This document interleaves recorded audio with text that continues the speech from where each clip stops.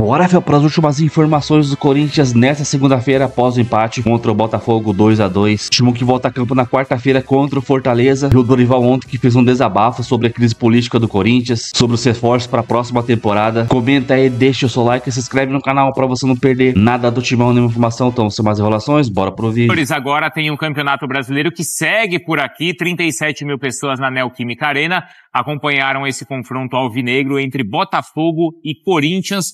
Os dois times tentando aí vaga na Libertadores, né? Mas claro, o Botafogo mais próximo, Jailson. Tempos muito distintos, né? A gente pode definir dessa forma. O primeiro tempo com o Corinthians foi muito bem. Aí a gente já tá vendo o gol do Ranieri, marcação alta ali do Dieguinho. Mateuzinho aí fazendo a finalização, o Léo Link fazendo a defesa. Depois vai ter mais uma cobrança de falta agora. Assim, o Corinthians muito bem no primeiro tempo. E o Yuri Alberto acabou perdendo essa oportunidade, né? Ali capou a bola. Mas no segundo tempo as mudanças do Ancelotti fizeram efeito rapidamente, né? Aí o Montoro serviu no Cuiabano, que é impressionante como chega ao ataque Cuiabano, fazendo gol, e logo na sequência vai vir a virada do Botafogo, uma ótima jogada também.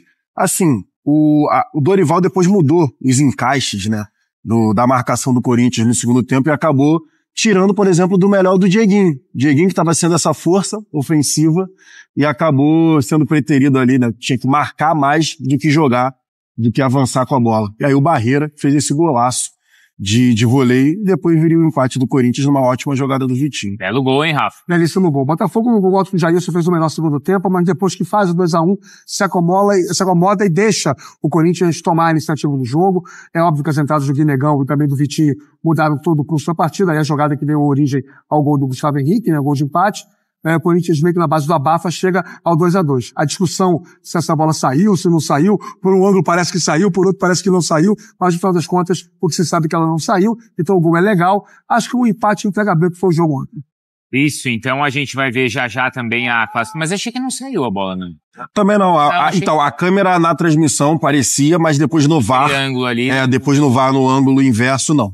E depois teve empurra, o clima esquentou, expulsão, e a gente ouve então as explicações e os destaques desse empate em São Paulo. Você ter uma equipe que não é vazada quase que em 50% dos jogos, eu acho que isso daí é uma conquista. Realmente veio acontecer. Nessas três últimas partidas, nós tivemos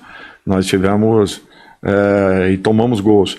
Nós não tivemos uma atuação tão regular quanto vinha sendo. As dificuldades que nós atravessamos aqui esse ano, eu não havia passado em clube nenhum, e mesmo assim, nós em momento nenhum do campeonato, nós nos aproximamos da zona de rebaixamento. Dorival Júnior e o David Ancelotti fez de tudo, então olha só o Ranieri pelo Corinthians essa partida de ontem, fez um gol, 3 finalizações, 4 duelos vencidos, ações defensivas foram 5, posses recuperadas 3, pressões defensivas 9, o primeiro. Então a gente tá vendo aí indicadores ofensivos e defensivos do meio-campista do Corinthians. Vamos lá então agora repercutir com os nossos repórteres, começando, claro, com o Vladimir Bianchini, que está do lado do Corinthians, e conta pra gente, Vlad, como o Corinthians viu esse empate na Neoquímica Arena. Vlad. Bom dia, Bruno. Um grande abraço para você, para o pessoal do estúdio, também para os fãs de esportes. Corinthians não viu com bons olhos esse empate, já que se tivesse vencido o Botafogo, estaria mais na briga para ficar na 8ª posição. Atualmente é o 9º, 2 pontos atrás do São Paulo. O que surpreendeu bastante é a questão do desabafo do Dorival Júnior após a partida, falando a respeito dos problemas políticos do Corinthians, já que o Timão teve um caso de impeachment de presidente neste ano, e também a questão da falta de reforços, já que o Timão contratou apenas 2 jogadores na temporada, o Vitinho e também o Andileri. O Corinthians que enfrenta agora o Fortaleza no meio de semana, depois o Juventude no final de semana, na última rodada do Campeonato Brasileiro. O Corinthians tenta tratar alguns jogadores para recuperá-los, mas principalmente visando a semifinal da Copa do Brasil contra o Cruzeiro. O caso do Memphis Depay, que tem um problema no joelho direito, ele está fazendo o tratamento e pode ganhar uma dor de cabeça a mais, já que o Yuri Alberto saiu de campo ontem com dores na virilha, vai passar por exames agora na segunda-feira e é dúvida para as próximas partidas. O Corinthians deve poupar alguns jogadores nas últimas 2 rodadas do Campeonato Brasileiro. Com isso, tanto o Martínez quanto o Félix Torres, que vêm sendo pouco utilizados pelo Dorival Júnior, podem ganhar espaço. Quem está fora da próxima rodada é o Mateuzinho, recebeu o cartão, está suspenso. A boa notícia em relação ao Timão, a volta tanto do Bidu quanto do Maicon e do goleiro Hugo Souza, jogadores que são importantíssimos para o Timão nas próximas rodadas. O Corinthians, que nos últimos 5 jogos tem apenas uma vitória, um empate e 3 derrotas. Não vem numa boa fase, tá de olho principalmente na Copa do Brasil, Bruno. Semana que vem, então, vamos ver se o Dorival acerta a equipe até lá. Obrigado, viu, Vlad? Tivemos presenças ilustres na Neoquímica Arena ontem. Muito, verdade, muito João Félix, João Cancelo, Sério? Renan Lodge, estavam lá, e o Wesley, cria do Terrão, o Wesley que também joga no Audax, junto com o Cristiano Ronaldo. Todos estavam em um camarote na Neoquímica Arena, receberam ali no intervalo camisas do Corinthians com o nome dele nas costas. Então tiraram fotos, registraram o momento ali. Eu soube que eles ficaram muito impressionados com toda a atmosfera da Neoquímica Arena. Eu até tentei falar com o pessoal do João Félix para ver, vamos bater um papo antes do jogo. O João Félix tá toda hora aqui no Brasil também, hein? Todas as férias, né? Ele veio a convite do Wesley pro Brasil. Ano passado ele tava também. Ele é parça do Wesley. Parça do Wesley. Mas ano passado ele tava no muito parça do Wesley. Rio. Não tava no Rio ano passado? Miami. E no Mundial de Clubes, agora no meio do ano, Vicária. Você deve ter cruzado com ele lá. Também tava lá. Tava em Miami? O João Félix. Esse rapaz não joga, só viaja? Tem dinheiro. Nas férias, né? Eu que tô Foi antes de acertar.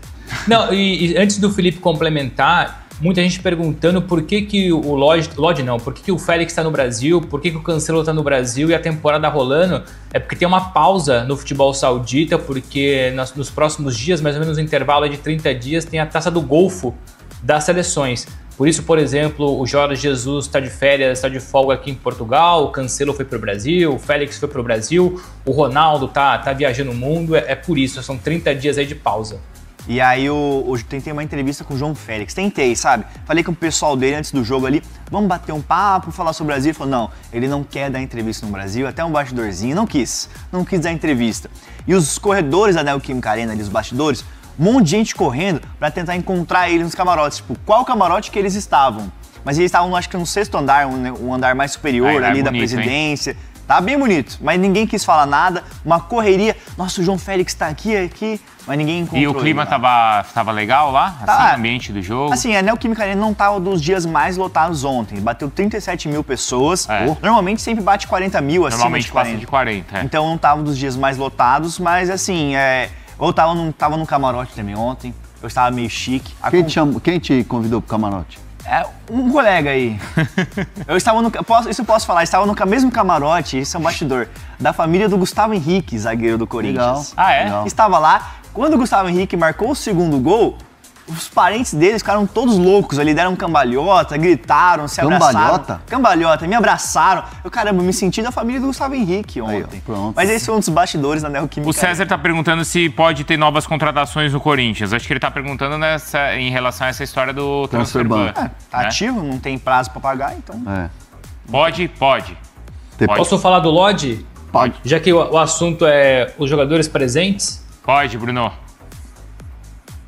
Assim que a gente descobriu, o Felipe descobriu, enfim, ficou pública aí a presença do Lodge e companhia na Neoquímica Arena, eu logo perguntei pro pessoal do Lodge se fazia sentido o Corinthians ou se fazia sentido o futebol brasileiro, até porque eles sempre me falaram que a prioridade do Lodge continua sendo a Europa, não custa lembrar, o Lodge tá livre no mercado, rescindiu na justiça com o Al Hilal. A informação que passaram é prioridade máxima futebol europeu, mas claro, e não só por conta da presença no jogo de ontem, mas se o Corinthians, com condições financeiras, o que é difícil, né? Mas enfim, com condições financeiras, apresentar um projeto, ele senta para escutar. Por mais que tenha preferência pelo futebol europeu, ele não fecha 100% as portas para o futebol do Brasil e vê no Corinthians, claro, uma possibilidade de permanecer. Ele que depois de rescindir, ficou em Curitiba treinando e está ali à disposição para janeiro para assinar com quem bem entender. O Moser está perguntando se o Pedro Rocha... Alguns já perguntaram isso, se o Pedro Rocha está negociando com o Corinthians. Podemos ir atrás dessa. Pedro Rocha do Remo, né? Do Remo. Foi um dos destaques do Remo aí, um dos destaques artilheiro da Série B do Brasileiro. A característica do Pedro Rocha é uma característica que agrada o Dorival, porque é um jogador que pode jogar de lado de campo e pode flutuar pelo meio. Eu gostei do esquema tático adotado pelo Dorival finalmente. Ele abandonou os 3 zagueiros, que acaba com o time. Pelo amor de Deus, só ele que gosta dessa formação com 3 zagueiros. Inclusive, quando ele coloca o Andileri como terceiro zagueiro pela esquerda, é um Deus nos acuda. Ontem ele escalou do jeito que a gente gosta, né? Uma linha de 4 ali atrás, o Ranieri como primeiro volante ali, dando sustentação à defesa do Corinthians, sabe? Pelo menos o esquema tático ele acertou. E aí, durante o jogo, o Corinthians fez um primeiro tempo muito bom, Lima. Marcando pressão, tanto é que o gol sai de uma marcação-pressão, né, do Ranieri, ele ganha a bola do Newton Júnior, entrega pro Dieguinho, que devolve pro Ranieri, que faz o gol. Então o Corinthians pressionando, marcando em cima, não dando espaço para o Botafogo, marcou 1-0, a gente vai pro intervalo, só que aí o torcedor do Corinthians, que acompanha o time, que, né, tá lá vivenciando o time, ele sabe, o segundo tempo prega. Isso aí é fato, não é de hoje. O preparo físico do Corinthians é terrível. Não é de agora, é o ano inteiro, né, Sgris? Passando por esse perrengue em termos de preparo físico. E aí, no segundo tempo, o treinador, o David Ancelotti, mexeu no intervalo já. E aí, cara, o Botafogo voltou outro time. O Botafogo voltou a milhão. Com 10 minutos ele coloca o Arthur Cabral, tirando o panamenho lá, o Kadir também, que não tá fazendo nada. Pois é. E o Botafogo vira o jogo. Vira o jogo porque o Corinthians estava mortinho. Já estava morto. Aí o Dorival tira o Carrilho, que depois que voltou de lesão, pelo amor de Deus, o Carrilho, cara, tá em câmera lenta. Tá mal, a gente precisa dele. Alô, Carrilho, precisamos de você, meu irmão. Ele doou R$100 mil pra Neoquímica Arena, pra vaquinha da Neoquímica Arena. Eu prefiro que você jogue bola. Pelo amor de Deus. Prefiro que você jogue bola. Porque se é pra ficar doando, então agora vai ficar doando e não joga? Vamos jogar. Né? O Carrilho tá andando em campo. Rodrigo Garro é outro que faz tempo que não joga também. Faz tempo que não joga. O Yuri Alberto ontem se arrastando, também não jogando nada.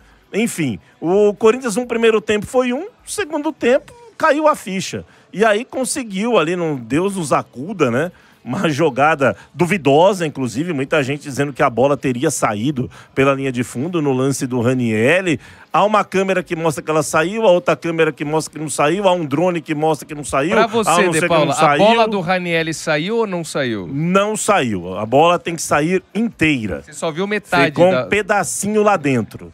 Não saiu. Então o gol foi legal.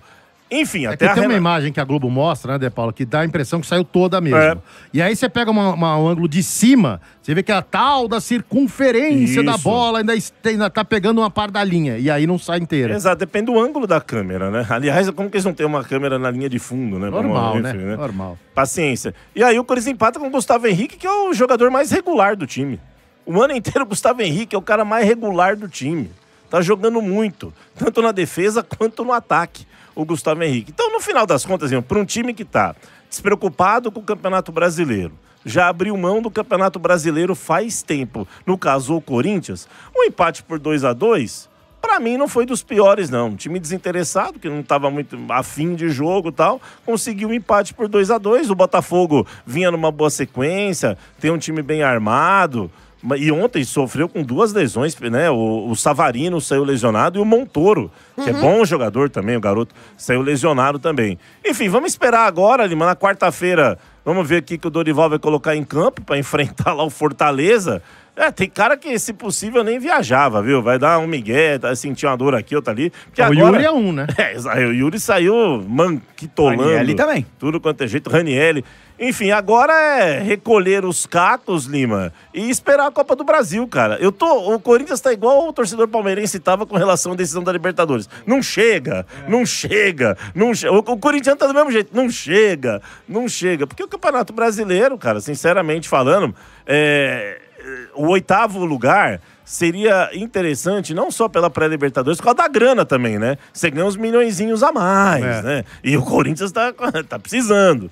Mas eu não sei, Lima, se eles estão dispostos a isso não. E o Dorival não gosta. Paga pelo menos um gatilho, né? O Dorival, ele fica incomodado com umas perguntas da coletiva. Aliás, ele não responde mais perguntas, né? Você pergunta A, ele resposta B e C. Ele fica incomodado. O Vessone deu uma cutucada nele ontem. E o Vessone trouxe números, né? Essa do Vessone foi porque o Rodrigo Vessone perguntou. O Corinthians tem uma folha de 30, 40 milhões de reais. Você não acha que é muito pouco, em resumo, né? Aí o Dorival falou, É isso mesmo? 30, 40 milhões? Não concordo. Eu não concordo, eu acho que não é não. Pô, só o Memphis é 6. O Yuri é mais 1,5. Sabe? Então, quer dizer, só aí já começa a brincadeira. Enfim, tá? Ô, Dorival, pega lá a planilha pra você ver quantos caras ganham. Ô, Lima e amigos, eu acredito que foi o resumo do Corinthians na temporada, o jogo com o Botafogo ontem. Desfalques, o time com problemas físicos, jogadores machucados, iludir o torcedor com uma metade de ano e metade de primeiro tempo e depois a queda repentina, como acontece na temporada, aconteceu no segundo tempo. Então foi o resumo do Corinthians na temporada ontem. Concordo com o De Paulo, o time jogou com a estrutura tática. Se não é ideal, é muito próximo. Só faria uma mudança na escalação. Eu colocaria o Guinegão para jogar no lugar do Carrídio, porque o Carrídio já deu para ver que o Dorival busca dar minutagem, busca recuperar o jogador, mas o físico dele não apresenta, então colocaria o Guinegão. Mas do restante, eu acho que é o time... Calma aí, o Guinegão de volante? Só para entender, o Guinegão vai ser volante? Não. O Corinthians ontem jogou com 2 volantes, o Raniel e o Breno Bidon, e 3 articuladores. O Dieguinho do lado direito, o Garro no centralizado e o Raniel do lado esquerdo. Mas o Carrídio, ele foi um meia pela direita. Lado esquerdo. Ele foi um meia pela direita, o Carrídio, o Breno Bidon meia pela esquerda, com o Raniel de primeiro volante. O Garro foi a ponta do vértice, como você diz, e 2 jogadores ali de ataque.